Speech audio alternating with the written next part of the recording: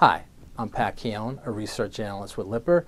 I'm here to speak to you about fund flows for the week ended Wednesday, March 18th. Let's start this week's report by taking a quick look at last week's market activity. The S&P 500 index and the Dow Jones Industrial Index were up 2.9% and 2.5% respectively for the week. A key driver to the market's performance last week was once again news out of the Federal Reserve. On Wednesday the 18th, market spiked as the Fed indicated that they would be taking a more cautious approach to raising interest rates than the street had originally anticipated. The Fed did state that they would be removing the insurance, that they would be patient before raising interest rates, but they also said they're not looking to raise rates until they are confident that inflation will hit the 2% target level, as well as they see continued strength or improvement in the jobs market. Federal Reserve Chairwoman Janet Yellen emphasized that just because the word patient was removed, it does not mean that a date to raise interest rates has been predetermined. Okay, let's move back to fund flow activity now. In last week's activity, overall, we saw $10.1 billion in net outflows. This data is aggregated, includes both mutual funds and ETFs. Let's take a closer look at our macro groups now. Last week, equity mutual funds took in $57 million. Taxable bond mutual funds had $715 million in net inflows.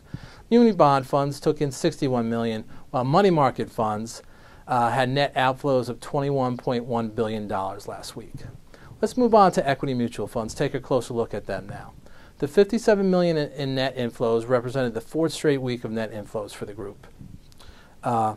Breaking that out a little bit further, we see that non-domestic equity funds had net inflows of $1.3 billion, which was almost completely balanced out by the net outflows from domestic equity funds at $1.2 billion. For the year to date, the group has taken in $28.9 billion. Breaking it out on non-domestic and domestic, we see non-domestic once again leading the way with $17.8 billion in net inflows. Let's move on to our equity ETF group now. For the week, equity ETFs had net inflows of $8.5 billion. The bulk of this went into two separate ETFs. The Spider S&P 500 ETF had net inflows of $5.5 billion, while the iShares Russell 2000 ETF took in $1 billion. For the year to date, equity ETFs have taken in $13 billion. Breaking it out a little bit further, we see that non-domestic equity ETFs are responsible for $18.4 billion of this, while domestic equity ETFs have seen approximately $5.4 billion leave their coffers. This reverses a 4-year trend where domestic equity ETFs had always taken in had larger net inflows than non-domestic equity ETFs. Taking a little bit closer at the non-domestic equity ETF activity this year, we see that the bulk of it, actually the lion's share, over 80% of it has been going into international hedged ETFs. Among that group, the ETF with the largest net inflow is the Wisdom Tree Europe Hedged Equity ETF, which has taken in $5.3 billion. All right, let's take a closer look at taxable bond funds now, starting off with our mutual fund group. Taxable bond mutual funds took in $715 million last week. They've had inflows every week this year, for a total of $28.9 billion for the year to date.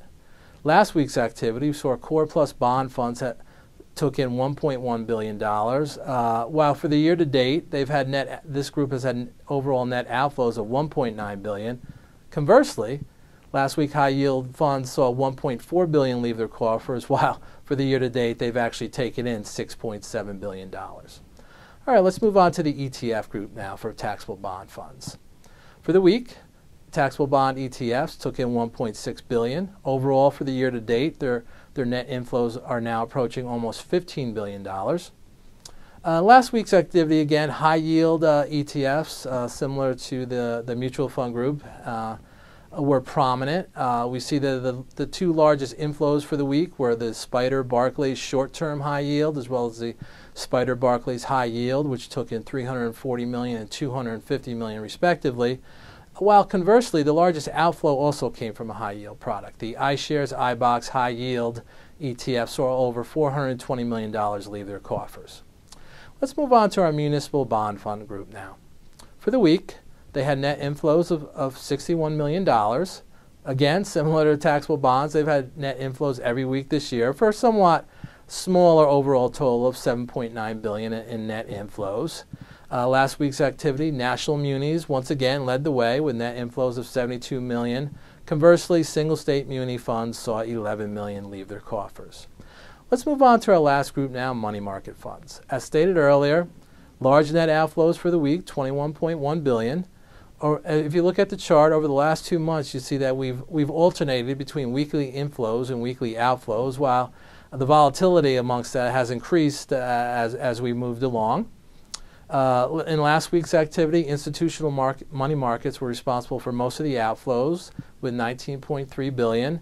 Overall, for the year to date, the group has seen $67 billion leave. Well, that wraps up this week's report. If you'd like to take a closer look at the data, please join us at www.lipperusfundflows.com.